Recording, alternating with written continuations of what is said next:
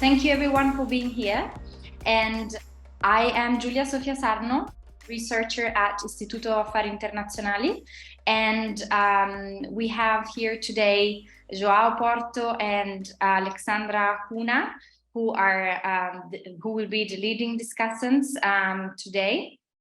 Together with me, and as you know, we'll have a debate afterwards, and you will have a chance. Of course, I encourage you all from now to jump in, ask questions. This is the purpose of today's event. Okay, this is a workshop, so it's not something just to listen, but you can jump in and ask questions whenever you want. So before I leave the floor to our speakers and say a few more words about the work we carried out together, I wanted to give just a few words of introduction about the topic, and so that we're all on the same page. This workshop is actually part of a research that I carried out as researcher at the Istituto Affari Internazionali in Brazil in the past few months, at the FGV Brazil in Rio de Janeiro. And this is in the context of the Prodigies project. So we're gonna discuss the results of the research, but this is, as I said, also an opportunity to go beyond this research and create opportunities for cities especially, but also practitioners and researchers interested in this field to hear about this project that we will illustrate and create new opportunities for the future. So regarding the topic, as you all know, we're discussing urban resilience to extreme natural events, in part, majority caused by climate change. And in particular, we're going to discuss best practices and innovative methodologies to build resilience at the urban level to this kind of phenomenon. And we'll also focus on physically and socially vulnerable areas. We'll do that, as you all know, through this case study from Brazil that will be discussed by our speakers. And as you know, of course, climate change is a leading cause for extreme events to become more frequent and severe. And we're going to focus on cities because cities are home to 55% of global population, and this figure is projected to increase to 70% by 2050. And cities are also home to more than half of the world's economic activities and assets. Therefore, building resilience in cities, of course, is vital to increase our resilience to climate change in general. And as I already mentioned, today we're going to focus on a case study, a project looking into its methodology and results from Brazil, that it was implemented in Brazil, which will also allow us to look into an aspect that is common to many regions in the global south, that is the phenomenon of growing informal settlements that become even urban areas that are even more vulnerable to extreme weather events and climate change. And in several regions in the global south, we have a phenomenon of rapid urbanization due to population growth and displacement, which is also caused by climate change in some cases, of course, that will in fact lead to a growing number of people living into informal settlements. And currently, just to give you a few figures, 1 billion people live in informal settlements, mostly in Asia, Sub-Saharan Africa, and Latin America. And this number is expected to grow to 3 billion people in 2050. So to give you an order of magnitude of the problem we're going to discuss today. But I think one of the most interesting goals for this workshop is also to understand how this methodology that was born to be applied to this context in Brazil, in particular.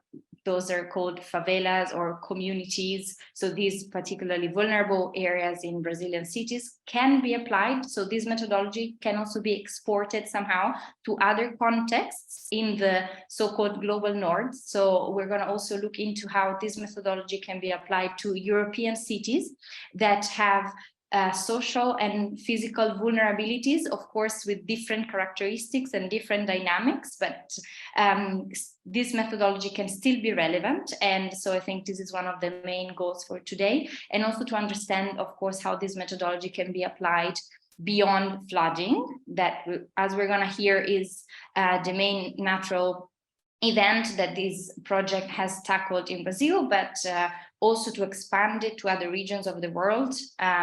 It will need to be applied to other types of natural events. Okay, so as I said, the aim for today is to explore this methodology and understand how its results and applications. So feel free, of course, to ask questions to understand better how this works, how this can be applied elsewhere in your context, in your city. So this is the purpose of today's workshop. And so we're going to aim to be practical and useful as much as we can. All right, so I hope this was clear as an introduction. And if there are no questions, keep in mind that you can use both, raise your hands or use the chat. You can use both tools. All right, then I will let our speakers start their presentation, and then we're going to have some space for debate afterwards. So I'm going to introduce João Porto and, as I mentioned already, Maria Cunha, who were part of the waterproofing data project. They're from the University of Glasgow, João, and FGV Brazil, Alexandra, but I'll let you introduce yourselves more specifically. Also, if you can spend a few words to tell us what's your specific area of expertise, I think that might be interesting for us to hear. Okay, I'll say no more, and I'll leave you the floor for the presentation. Thank you so much again for being here. Thank you very much indeed. So hello, everyone. I'm really glad to be here, and thanks a lot, Julia and IAI for the invitation to be here today. I'm here with Maria Alexandra as well, so I will introduce myself and hand over to you, Alexandra. So I am a professor in urban analytics at the University of Glasgow here in the UK today, but coming from Brazil originally with a Brazilian name. I also come from a background in computer science, have moved into geography. So I work today in this area that tries to combine methods of data and data innovations to understand cities and to transform cities. And I'm then also the Deputy Director of the Urban Big Data Center here at the University of Glasgow. Alexandra, I'll hand over to you for introduction. Yes, thank you for the opportunity, Julia. And my name is Maria Alexandra Cunha, as Julia already said, and I am professor at Fundação Getulio Vargas.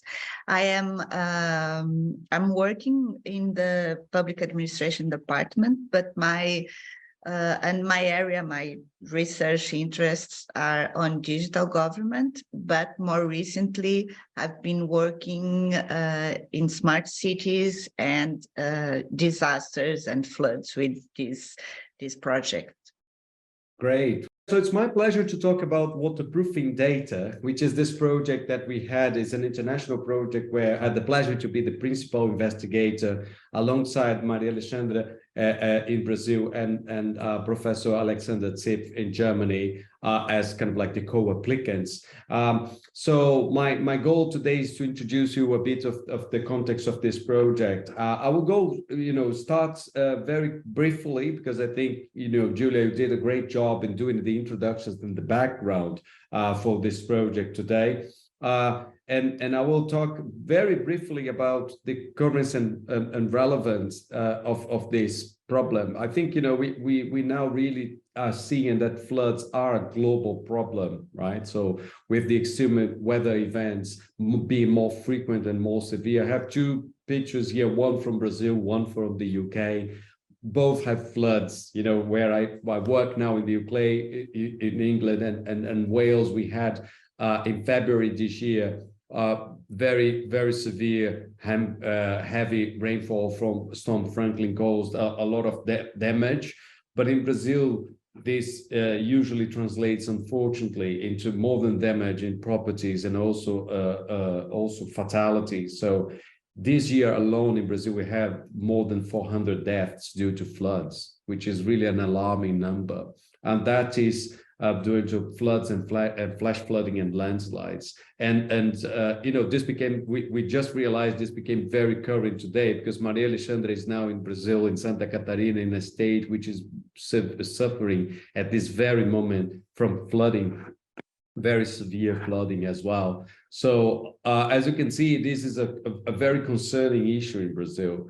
And interesting, when we started looking at this, the first thing about the extreme weather events is that, you know, is to understand that floodings and the types of disasters that we are seeing here, they arise from the combination of natural hazards that meet vulnerability. And in fact, a lot of the cases is difficult to understand precisely where these vulnerabilities are. And this is related to some structural inequalities in the society. So I used to bring this to attention because of different facts. So this picture you may have seen before is a photo which became maybe emblematic or symbolic for inequalities.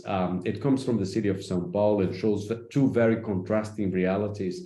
On the left-hand side, we see a favela, which is sometimes called an informal neighbor settlement, coming from unplanned urbanization with precarious infrastructure. And on the right-hand side, you see a very luxurious building in a very wealthy area of São Paulo called Morumbi, in which people have swimming pools in their balconies, for example. And the thing is that these two contrasting realities happen in the same city, but they also, what I like to think about is that, you know, these realities also translate into that the social inequalities are reflected in data inequalities. It does mean that we have much more data about the areas which are on the right-hand side, the wealthy areas of the city, than of the areas which are you know, impoverished and lack infrastructure, which are actually some of the most vulnerable to flooding as well. So this problem composes in different ways, and the data inequalities is one of the faces of them. Here is just a very brief example. When we started this project to motivate this, this is also the map of São Paulo. I'll not go into the details of this. If you're interested, I can give you the reference later, but we did an analysis of the quality of the data that you can get on flooding from social media, you know, from Twitter, because that's also, you know, one of the sources, new sources of data, which we are interested. You know, I'm particularly interested as a research to look at new sources of data to understand urban phenomena, and social media is one of them. And the red bubbles are the quality of this data that comes from social media when we try to derive data around flooding. And in this case, is more heavy rainfall from social media. And the larger the bubbles, the better is the quality, so to speak. So you can see that, you know, in the areas in the outskirts here, the borders, it's, you know, the bubbles tend to get smaller. And on the center, they are larger. But the other thing is the blue shades, and the blue shades in the map are the concentration of income. And you can see that the darker blue is high income areas. And then the lighter it gets, it's lower income. So again, you can see that these things are strongly correlated. You know, the areas which are wealthier are also the areas that have higher quality of data. And that's very different in terms of the size of the population, which is on the right-hand side, just as a control, in which the distribution is less clear. So this just as a quick motivation to our project. So we start with this question really: how can data generation, circulation, and usage be an opportunity to cover those gaps, these data inequalities, to address them by empowering people, but at the same time to produce urban knowledge? So here, some of the pictures come from our project, some from previous projects and others projects I've done, but all of them with this sense that can we empower people to generate data and then address the data inequalities that we saw in the previous picture? Can we actually, you know, work with people who live in vulnerable areas, you know, so that they can help us to have a better understanding of the local dynamics of flooding and how we can address them? So that is some of the big motivation for this project. So the waterproofing data project, as Julia introduced, is the one we were talking about, responding to this question.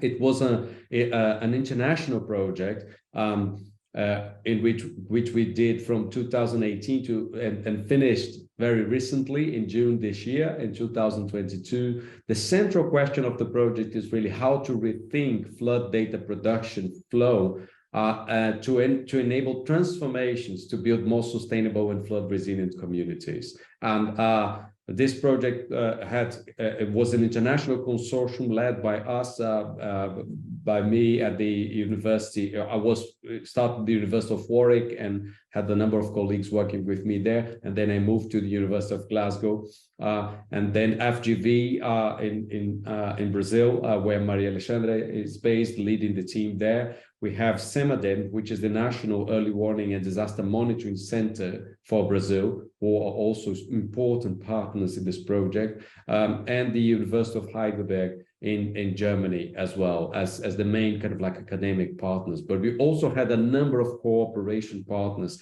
It was a very transdisciplinary project, combining expertise from different areas. So I come originally from computer science, but have moved into a social science, human geography. I work interdisciplinary within this interface of data in cities and space. Maria Alexandra coming from public administration and IT and information systems. Alexander Zipf in Heidelberg coming from geography. And we had colleagues in the team coming from very different disciplines, from the arts and humanities to geology and to hydrology and meteorology. So a very broad spectrum of expertise brought here, led by a social science perspective, but cutting across, but also going beyond this social science and natural science to go towards society in a transdisciplinary mode of research. So it was a project funded by through the Belmont Forum, by a number of funding agencies in the UK, the ESRC, in Brazil for PESP, in Germany, the BMBF, receiving funding from the Global Research Challenges Research Fund in the UK as well, and also from the European Union Horizon 2020 program. So this project started with this question, right? So how can we think about, you know, data in flooding in different ways and engage different stakeholders with this? And the first thing we did was to really think about how data can be transformative. And we kind of like started mapping out. This is a paper which we published as a first kind of like, you know, diagnostics of how people have used data to enable transformations to sustainability. And we saw that, you know, most of the literature talks about data as a way of improving decision-making. And that is, you know, using data to do better decisions would enable us to transform the society to achieve more resilience. And that is definitely one of the most important functions of data, which is a referential function to have access to this. But we also said that there are other ways of using data to build resilience. And then we have proposed a larger framework with this in this paper that looks at other ways of using data to build resilience. For example, circulation of data. Data can be used as a means to communicate to different stakeholders, to connect stakeholders in society which weren't connected before. data generation. So only by producing data, people can think differently about their neighborhoods. And then with this, prepare and conduct community-based disaster risk reduction. And as expressive, we can make visible areas which we weren't before, and even poetic. We can actually, relate to data in different ways and also express in aesthetic ways experiences of life that can really allow people to do action for transformations. So we proposed this framework, and this became kind of like a bit of the blueprint for the project, really. And I will talk a little bit about what are the main results we got, using this framework. So the objectives then that we applied this framework to were three. So basically, we are looking into three types of methods. One, to make visible how stakeholders engage with data today, what is considered flood data, what people do with data today, which data they use for their decision-making was the first block of questions. The second was, how do we engage citizens to produce, circulate, and embed data so that we improve the databases for flooding? And the third, how do we integrate data which are generated by citizens with data from other sources? And this diagram here shows that we are working in different scales, so there is the scale of the centers of expertise, or in the national level or international level, producing knowledge on flooding, doing early warnings and monitoring, for example. In Europe will be, for example, the JRC, which is in Italy, but all the centers, nationally active in monitoring flooding and other natural hazards. We have the local governments, which actually usually are the first ones to act when there is an impending threat. And we have the communities, which are actually the first responders and the first ones to really be able to act in any event. And what we are seeing here with these arrows in each side is that we have to combine these things between the top-down narratives, which sometimes called the big data, which is usually centralized in centers of expertise, with the bottom-up narratives from citizens. So that became kind of like the main way of conducting our approach in the project. And we have a number of work packages. We had a number of work packages in the project that tackled these different parts, which I will not go into full detail. But I would rather then look into how we did that. We actually came up with an approach that was inspired by the critical pedagogy of Paulo Freire, so a Brazilian educator who wrote about how to actually connect people with literacy with the realities of people. And we came up with this method or a meta methods, or a big approach, a methodological approach to how to deal and then tackle those objectives, which we call dialogic data innovations. So we adapted the method by really looking into starting this and grounding with a situational analysis. So we said we need to start with the lived experiences of people, for example, in relation to floods and what is meaningful for them. And then we realize and we identify what are the generative data, really the data that really enables people to act and to see things differently. This triggers then a critical consciousness, which is a concept from Paulo Freire, which is, we need to understand reality differently in order to change them. And the first thing about this understanding is identify the limiting situations, or the limit situations, the ones which are conducting to problems today, and then revealing what Paulo Freire would call the feasible unseens, the things that are viable, that can be done, but haven't been seen before and haven't been done before. And then we can co-produce new pathways that we said could be in terms of data generation, circulation, and usage. So this is the motto of the approach we use it in waterproofing data. And now we'll turn to some of our main results, really, that we achieved. So first, we achieved three kind of like main methodological innovations. One related to making practices visible in data diaries. The second is data gathering and pollination, which I'll talk a little bit more about today. And the third is how to share the data in computational integration, which is dialogical data stories, and how to map areas, which is the participatory mapping. So my focus today would be on the second of those, which is the data gathering part, which is also the one which gave a lot of the impact of the project.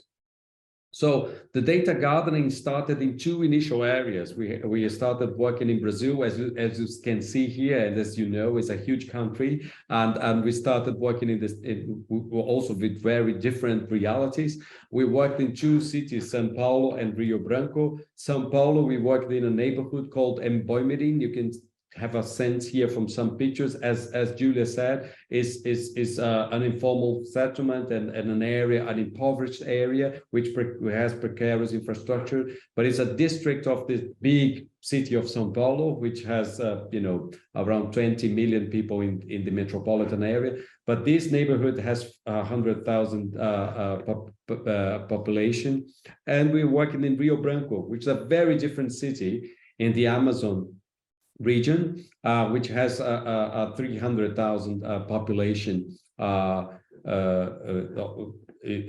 kind of like with a different type of social and physical vulnerability, as you can see from the pictures here.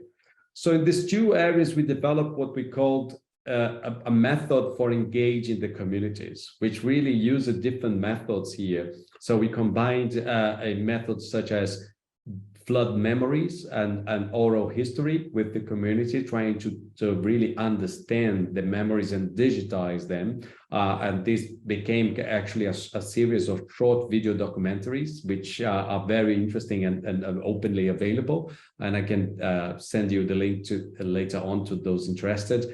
We did participatory mapping with schools and with communities. And part of this was also to understand the perception of risk in the different areas. And we did also citizen science with schools, which I think is our main results that I'll come back to now, which is how we actually engage school students and the data generation as well. And then we did also some data-driven exhibitions. So the combination of these methods, we really, framed this as a data gardening exercise. So going from not only data gathering, so gathering the data, but also think about as a cultivation process, as something that we have to grow with the community.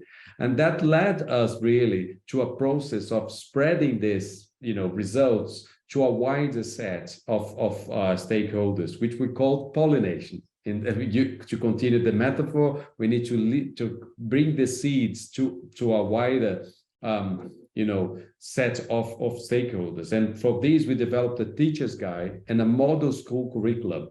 And this was done in co-production, both the school guide, but also very importantly, this school guide included activities with the classroom. For example, you can see here in the picture, a plastic bottle. This actually is a rainfall gauge that can be done artisanally. And that is a low-cost device that we can do with schools, and students can become citizen scientists and really measure the rainfall. So rainfall is something very localized, as you know, and then sometimes it's hard to correlate the local rainfall with the impacts it can bring. And this activity that we developed with the schools helped them to really see these links, these relationships between these two components of risk.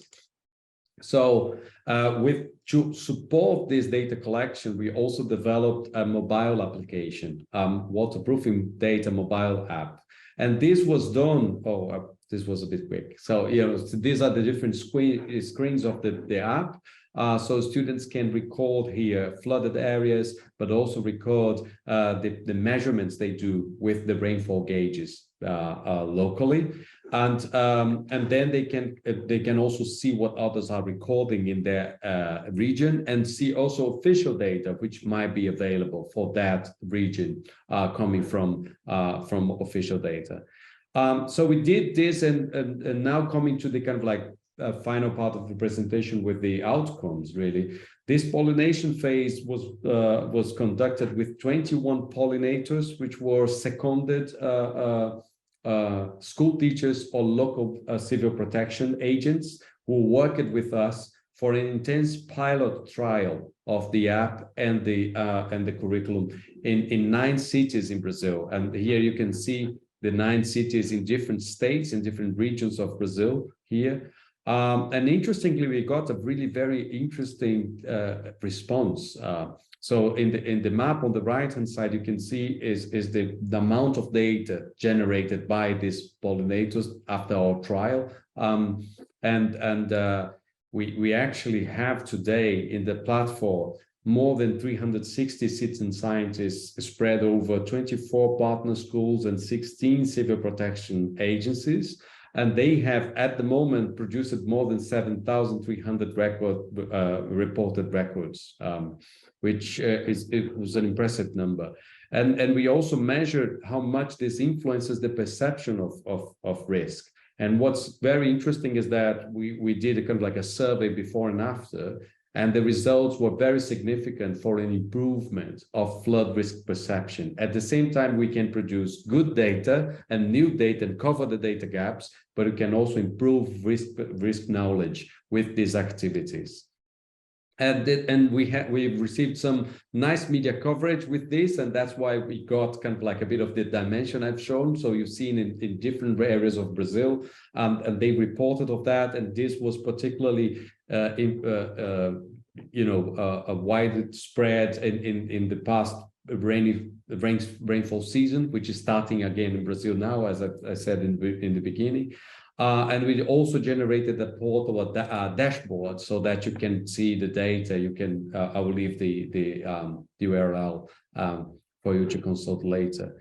And to finalize my presentation, I'd like to share kind of like a story that I think shows a bit of the impact and the potential of this approach, which actually happened in the Northeast, in a city called Jaboatão dos Guararapes, which is in Recife, in Brazil, in the Northeast, in May this year. So after we finished all of this that I reported so far in the project, unfortunately, well, Jaboatão was one of the cities we had worked with, and we had facilitators locally, and we trained, and they used the app.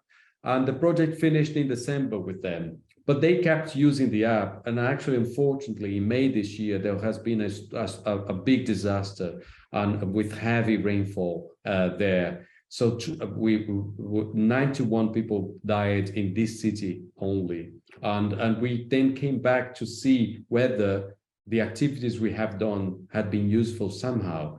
And what was very interesting is that we looked at our dashboard and saw that people continued producing data, actually, just days before the big flooding, the big heavy rainfalls happened. And they actually did an alert, which is recorded in our app, using our app for that reason. And when we spoke to the civil defense agent, she said that actually, a lot of people died and a lot of damage. But in the community we had worked before, because these citizen scientists, they were measuring, doing the measurements, they realized days before that something was imminent, that there was a threat. And they actually took measures to self-protect. That means that they moved to safer grounds. They moved the community to safer grounds. So no one in the communities of these of the citizen scientists that we did the pollination, no one died. So in contrast to other communities in the region, which was, a lot of work for us to be done for this to be transferred, but at least shows a little bit of the impact that we can have as well. So concluding, I think and starting a dialogue to see also, I'm very interested to see, the potential of translation and that we can have of this approach to other cities, and especially in Europe. Indeed, I think, concluding what we saw in our approach here is that, the co-creation of data is a promising avenue for doing climate adaptation to reduce impacts. And what I think the Waterproofing Data Project approach is showing is that engaging school students can do two things at the same time. First, improve the databases for us to do early warning and to do monitoring. And second, improve the consciousness about the phenomena so that the community can themselves really do risk reduction and do measures to improve and reduce the risks of the future risks for their communities as well.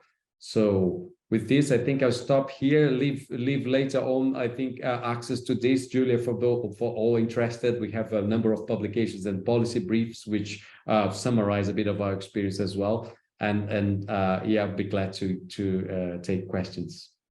Thank you. Thank you very much for the very excellent presentation. I think you managed to summarize all the key points and also gave us an idea of all the theoretical work that was there at the beginning and the great results you achieved. I can see clapping hands from the audience. So really, thank you very much. I think you really did a great job in summarizing all the important aspects. And I don't know if Alexandra, you wanted to add something, or we should get into the debate and maybe okay, maybe you'll have an opportunity to raise your points during the debate. Okay. All right, so I'm looking at the chat to see if there are some compliments for the presentation, as I said, but I was looking for some questions. So if you have questions, feel free to ask them in the chat or raise your hand. But while maybe you think about your questions or type them in the chat, I want to ask our two professors. I think one of the main questions, I have many, as I'm sure all the participants, but I think the main interesting question, thinking also about the cities that are listening to us and will listen to this workshop. So we understood how you came up with the idea, what were the issues that you aimed at tackling, thinking about that image that you showed with the informal settlement and the skyscrapers on the other hand. And so the question is, given the great results that you achieved, how can these be exported in our other contexts, as I said at the beginning, that might not have these kind of sharp inequalities, or maybe they have, but they're not so visible. So how these could be applied to other realities, such as Paris or Rome, where we're talking from, where this workshop is taking place. So I'm wondering, thinking also about especially the perspective of a municipality, how could this be translated in such a different context, and also to different natural events, as we said, it might be more relevant to different contexts, such as droughts or heat waves that have hit Europe recently very frequently, and so on. So I think this is one of the main points we want to address. So I leave the floor to either of you, whoever wants to start. You want to start, Alexandra? You can go, João. Okay, so I'll give it a go, and then maybe you chime in. Yes, so no, thanks, Julia. That's a great question. Indeed, I think, some of the motivation of the project come from the data inequalities, and some of them come from the engagement, isn't it? So like we said in the beginning, I think, when we think about the context in Europe, I think obviously there are some things which are very different in terms of both in terms of data and in terms of the infrastructure of cities, but there are common challenges as well, so I think, most of us here who have been involved in disaster risk reduction or urban resilience know that a big challenge is really how to engage the local communities, and how to connect them better with the authorities and the wider systems, really.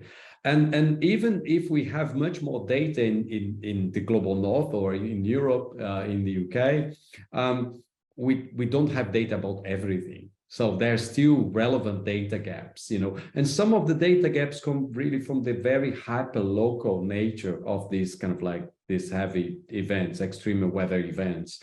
But also, as you say, it's not only about flooding. Flooding is an emblematic problem because it's also the largest, natural hazard, the most impactful, globally. It by far is flooding, in terms of damage and number of people affected. But in terms of fatality, you have others, of course, like earthquakes and so on. I think, this approach that we develop is particularly applicable when we think about, this phenomena in which you need to understand the local dynamics. That could be really heat waves. You could employ different ways of doing citizen science to collect local data about pollution, about heat waves, about all the types of hazards as well. And the thing is, I think, as the comment in the chat, nice comment, thanks for that. This illustrates is about generating a new awareness of this phenomenon when you generate data. And that is really very important. We are seeing that it also kind of like the extreme weather events are becoming more frequent also in Europe, and also like the need to do more coordinated action, so we've seen in Italy, we see in the UK this year that, there is a need to understand better, the communities to understand better what the early warnings, mean, and how do they translate to the local impacts that they may be expecting. And I think that correlation can be really supported by citizen science. And at the same time, we can address some of the, remaining data gaps as well. Does that answer address, or starts to address the question? I think so, absolutely. Thank you. Now, what you said about the creating awareness part, I think it's very central, and the fact, like both things, that still we have data gaps in the global north, in cities in the global north, but also that creating awareness through data generation is already a key result that might have a greater impact than other policies for avoiding deaths and damages. So definitely this is a very good point. And I don't know if Alexandra wanted to add something. Yes, please. Just a small comment, Julia, a little comment. When people started mapping risks, they started mapping other kind of risks, like social risks, hunger, children out of school, violence, or another kind of risks they faced in the communities. So it's interesting because the people started to use the tools for other needs in the community, and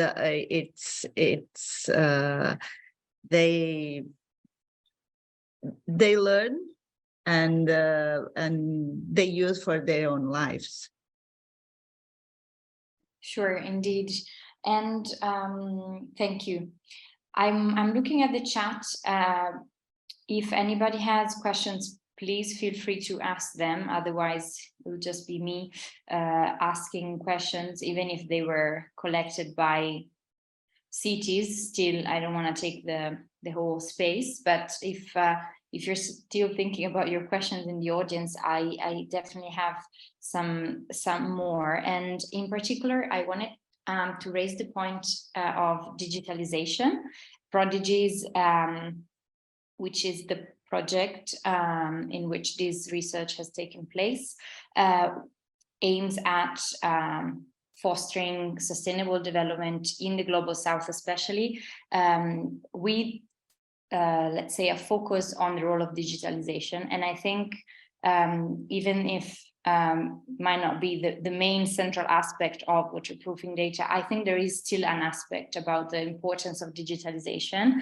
I'm thinking about the app that you created, and I imagine, but this is also part of the question, that maybe not all the people that you reached out to for data gathering were familiar with an app or the use of an app. So I'm wondering if you had some thoughts about the role of digitalization as a tool to support your project and also as an outcome. as in this project and the activities you carried out, increase the digitalization level within the community, which might have some spillover effects into having data also related maybe to other things, not just to floodings, maybe to, I don't know, you were mentioning social, like Twitter and, social, I can't find the word, but you got it. So like Twitter and Facebook and these kind of tools as also a source of data, even if not conventional. So I imagine that if digitalization is increased, they might use these kind of tools more and provide new data. I don't know, this is just kind of a thought that I came up with, but I wanted to ask you in essence, what were your thoughts about digitalization within the project? You wanna go, Alexandra? Yeah, I think yeah. So that's a great question. I think digitalization is a very important indeed. You know, it was interesting to start with data and digital in the first, because again, it is about first, you know, both recognizing the potentials, but also the intrinsic inequalities and how to deal with them, you know. So I think you're very right. So one of the things we really interested is to think about, you know, these activities as also creating data literacy, you know. So not only generating data, but creating data literacy. So really people understanding what data means and how to use data is a very important component of it, you know. So relating differently and digitizing a phenomenon like flooding, you know, so that is being turned into data, literally, you know, with the app and with the other tools. We can also kind of like start to think about them as kind of like as a way of enabling a larger part of people to really have access to data as well, you know. And then with this, enable them to understand early warnings, for example. So one of the things we realized in the very beginning of the project in Brazil, which I think it does apply to a lot of other places as well, you know, in the global south particularly, but also in Europe, is that sometimes the early warnings were given, but people did not follow them, you know. And then, well, this is, you know, by a number of factors, you know, there are other factors involved for this not to happen, but one of them is also not to understand what this data actually mean for them, you know, what this data really means for my community, you know. And then the digital tools enabled us to have this two-way relationship, and that is really the means of the app is a two-way, you know, communication channel. It's not only for people to, you know, to give data, but also for them to have access to data, both of data that is produced by them, by others in the neighborhood, but also by authorities. And that is the idea that the app kind of like is embedded into what we call creating an observational network, as you know, our colleagues in SEMADEN in the National Early Warning say. And the interesting thing is that the app now that was generated as a prototype in the project is adopted now by the National Early Warning Service, and it will be maintained by them, you know, continually maintained, and they will use this in other schools as a kind of like a general awareness and campaign that they have every year about disaster risk reduction. And that is shows a bit of how research products can flow into practice, but also how this digitalization can start to be kind of like more systematically embedded in curricula in a wider number of schools. That's great. In fact, if Alexandra, I thought you wanted to add something, or no? Yes? Yes, Julia, I believe there is more than one dimension of digital exclusion. One is, of course, the device and the access, internet access. The other one is the capabilities or the how to know how to use the device. But there is another one, we call it outcomes. It's when the people appropriate the tool and the data their lives. And I believe with the project, we saw the people facing this dimension and understanding how they can use the device, how they can use the data they build and in their own lives, and they were able to make connections between the data they collect to the phenomenon they face. So it's digitalization, but it's more than use Facebook or WhatsApp, but to appropriate the tool to their own lives, to understand, to build knowledge, and to understand how to use it, and how this tool can be useful in their lives and help them to make decisions. Should I go work, or should I stay home, or what to make this kind of decisions? Yes, indeed. No, that's very clear and very interesting. And those that you mentioned, social media, which is the word that I couldn't find before. I think it's also thinking back at my experience in Brazil, the relevance that WhatsApp has, for example, compared to other realities like in Europe. It's really incredible, and I can see how these can be used in a very effective way to counteract with phenomena like climate change, and that's very, very relevant. I have a couple questions, but I want to have a look at the chat to see there are some questions, like somebody saying data is odd because it also creates a disconnect, like Twitter as a major platform of political disconnect of social digitalization. So yes, I think this was mainly the what was asked. Do you want to comment on that? Yeah, I can do. I think that's a great comment indeed. Data and digitalization have very different aspects and implications, isn't it? And I fully agree, some of them not always positive, but what I think it's interesting to see is that, in trying to leverage the capacities for digital, is really to empower people to think of what they can do. So I think in line with what you said before, Alexandra, is about people connecting, these tools with their purposes, of understanding their realities and how to improve them. So yeah, using social media has different things, and again, a non-critical usage of social media data could also lead to exclusion, as I've shown in the beginning. If you just use Twitter data and think it's a representative picture of society, this might be dangerous.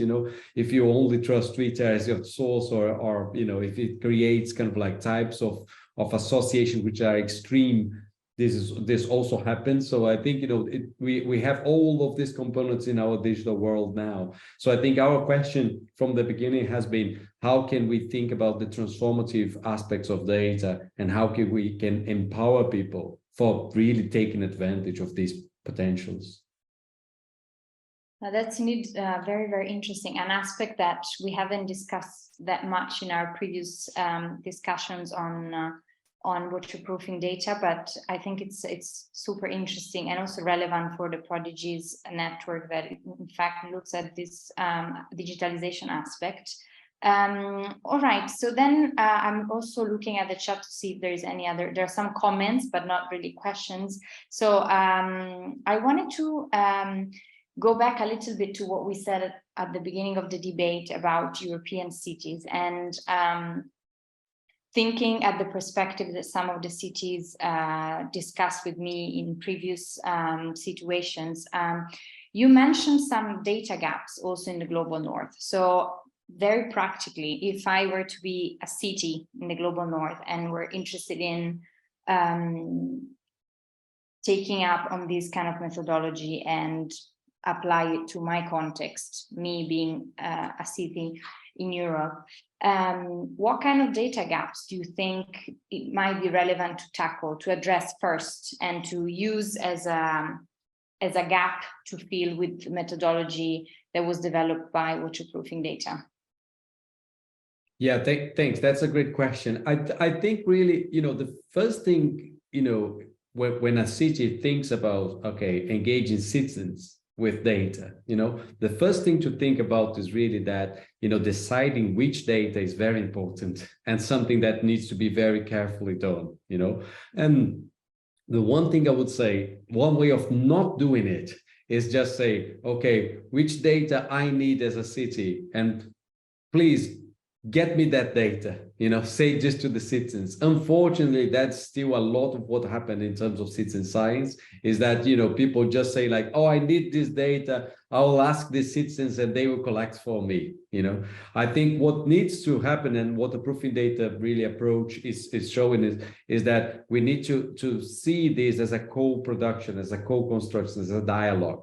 So the first thing is about seeing the data being meaningful for them as it is for the cities, So city governments thinking, okay, I'm interested in this, but how do I approach communities so that I understand what data can be relevant for them and for me at the same time? I think that is what I would suggest to cities, to really come with this, with some interest and priorities. For example, if your priorities are on urban resilience and on disasters and how to mitigate them, I think there's a number of things I would have as kind of like, to suggest. For example, local conditions of vulnerability, social vulnerability as physical vulnerability. I think these are, very hard to have in the scale we need usually for a lot of cities.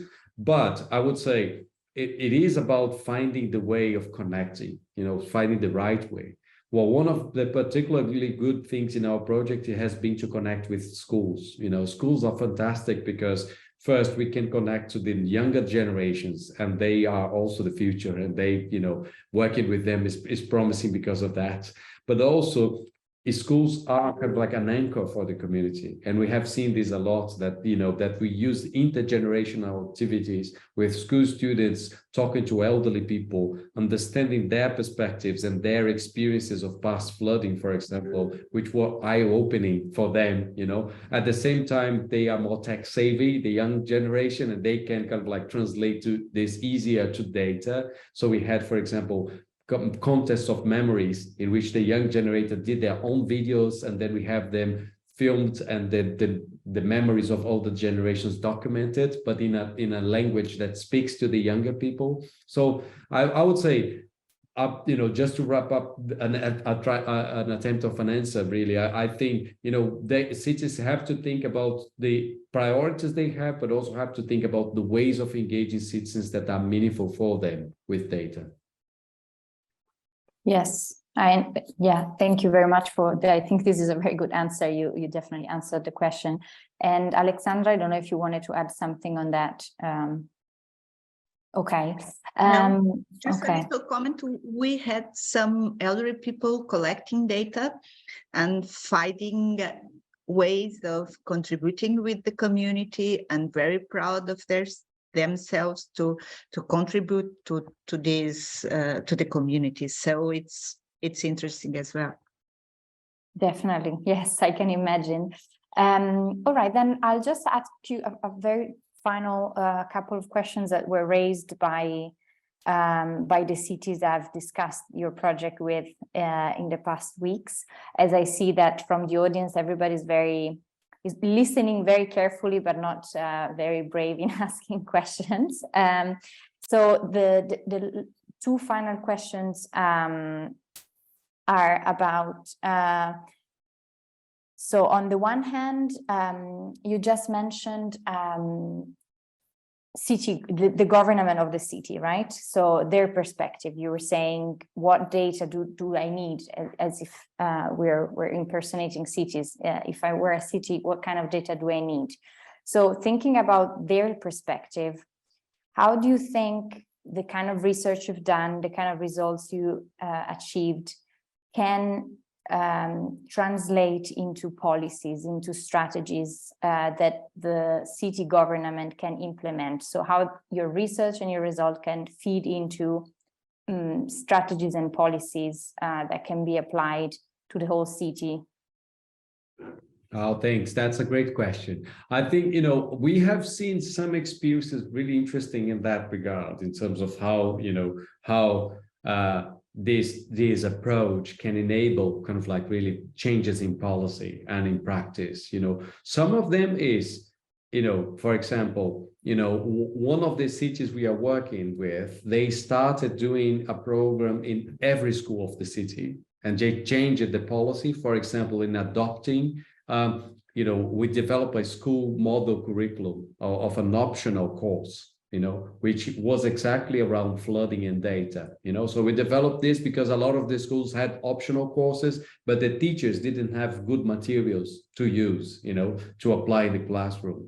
So we developed this together with them, and we saw cities, for example, adopting this as, a model curriculum for school. That was one type of policy change that we have seen, and it's possible. I think, I would say for cities interested in this, can you think about educational activities that also tackle city priorities? So usually these things are disconnected, are very sectoral, and then if you start to connect disaster risk reduction with education, there are different secretaries usually in departments in the local government. But, if you start to connect them, there are interesting opportunities there. So the second thing is that we have seen, for example, opportunities to use the data that citizens have generated for prioritizing measures which were more structural in terms of risk mitigation, really. So, for example, understanding local dynamics could really enable, cities to invest to make, the infrastructure more resilient, and how to direct and prioritize this could also kind of like be fed by this data that is produced. So we have seen this also in our project. One of the cities we worked with reported that they used the data to show to the city that one of the previous investments was not being effective because, it was clearly flooding in some of the areas in which there was some work of contention before. And then they kind of like advocated for a better way of tackling this problem, and this changed then practice, if not policy in this case. And the third thing is to think about ways of coordinating with national mechanisms. As was here, the other thing we saw in terms of policy and decision making is a disconnect between, national or kind of like broad or wide monitoring systems and local capacity to act. And then how to connect this better. This was a big issue that we faced when we were addressing flooding, is that, there is a lot of knowledge, expert knowledge, but it is in big centers of expertise, and the cities, they have challenge because they don't have this, this hydrology, meteorology expert knowledge. But, I think one of the things with this project is to give an anchor so that people could work together. So the experts could come and talk to local government, talk to communities. We organized sessions in which kind of like experts, meteorologists came to talk to the community. And was really interesting because it was eye-opening also for the meteorologists, for the scientists, because they actually learned a very different perspective, but learned how to communicate as well more effectively with people. So I think these are some of my kind of like recollections. I don't know, Alexandra, if you have more examples of policy and opportunities here.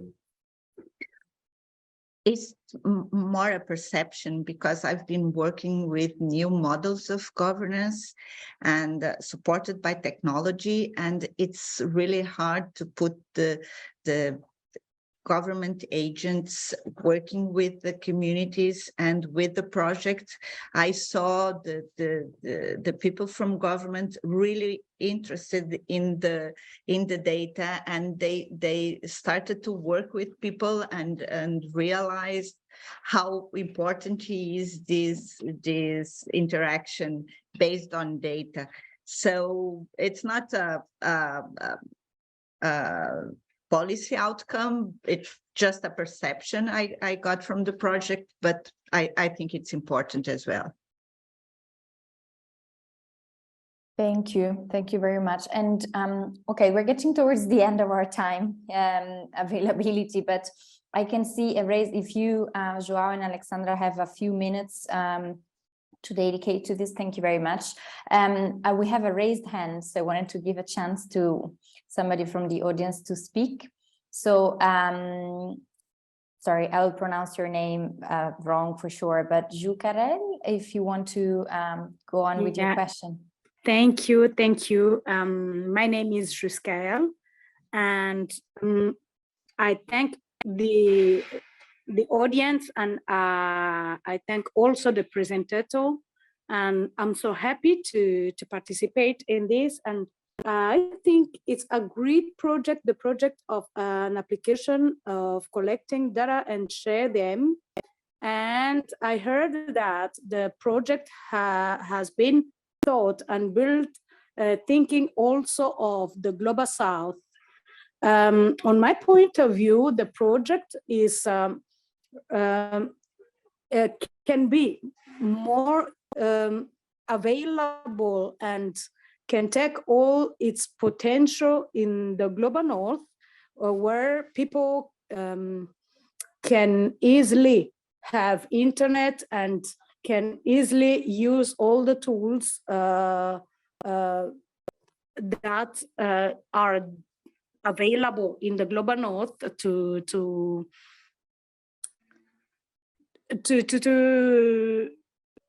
have that data and work on them. But thinking of the Global South, especially in Africa, where communities cannot have internet, asking myself, wondering if there are some strategies to connect the communities, the poorest communities in Africa, which are facing the climate change and are not prepared to the consequences of climate change, to all of that consequences, and are not, they don't have tools to tackle those consequences. Which strategies do you have, or have you thought that can help those communities to use or to be able to take advantage on that application? Yeah, this is my question. I'm not sure. I don't know if I have been clear expressing myself, because yes. English is not my first language, but I think you got my point. Absolutely. Yeah, yes, we did. Yeah. Thank you very much. No, I think it was very clear and also very interesting, and I'll give the chance to João and Alexandra to react to that. Yes, no, thanks. A great question indeed. I think of course, when you talk about Global South, is a generalization, and of course, there are different levels of access to infrastructure and to technology in several parts of the world, also in Brazil. I think, you're mentioning some context of Africa. I worked quite a lot in Africa, and some cities of Africa, people have a lot of access to technology, some, to mobile phones, for example, and some not. But internet is definitely a different one, So one of the things of the app, just to clarify, is that it works offline. So it doesn't need to be connected always to the internet. So people can record the data, and then when they have Wi-Fi or something, in a central point, they can upload the data. So that is one thing. But even with that, so there are still communities which we don't have, that much of connection. I think the strategy we have used in waterproofing data is to think about this, because even we usually said it's not a community, it's communities, work in a neighborhood. And when you think about that, elderly people have less access to technology as well. So how do we include the different people, who are in the communities, who are more and more have different levels of exclusion, really. So one of the different types of strategies we used was really to work with these kind of like schools and young people as being kind of like, multipliers, and then really they could talk to others and get their experience and then digitize. So in a way, that is one strategy. We used a lot of, from the digital to analog and vice versa. So we did, for example, mapping in paper, really, annotating paper. And then we take this and digitize back, to the system and generate data with that, and of risk perception areas, for example. We also print the data and then show to the community. The exhibitions were about that, We thought, well, we did a lot of interesting videos, but there are people who don't have access to those videos and things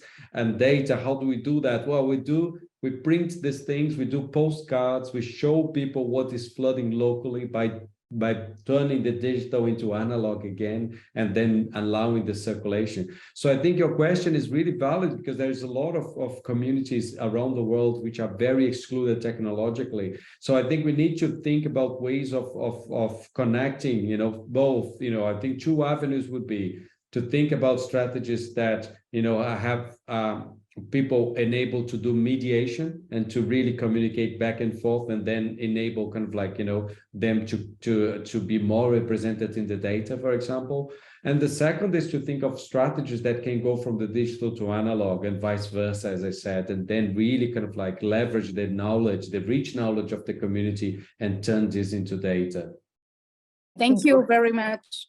Thank you also on my side, and both to who raised the question and to you, João, for replying very clearly. And I always look also to Alexandra if you wanted to add something. Okay, so I think we are going towards the end of our workshop, because we're already still some extra time. I just want to conclude with one comment, perhaps, rather than a question, because this was raised quite a lot by cities. Some of them asked, they pointed out that citizens' engagement and participatory processes is something that they hear a lot about, but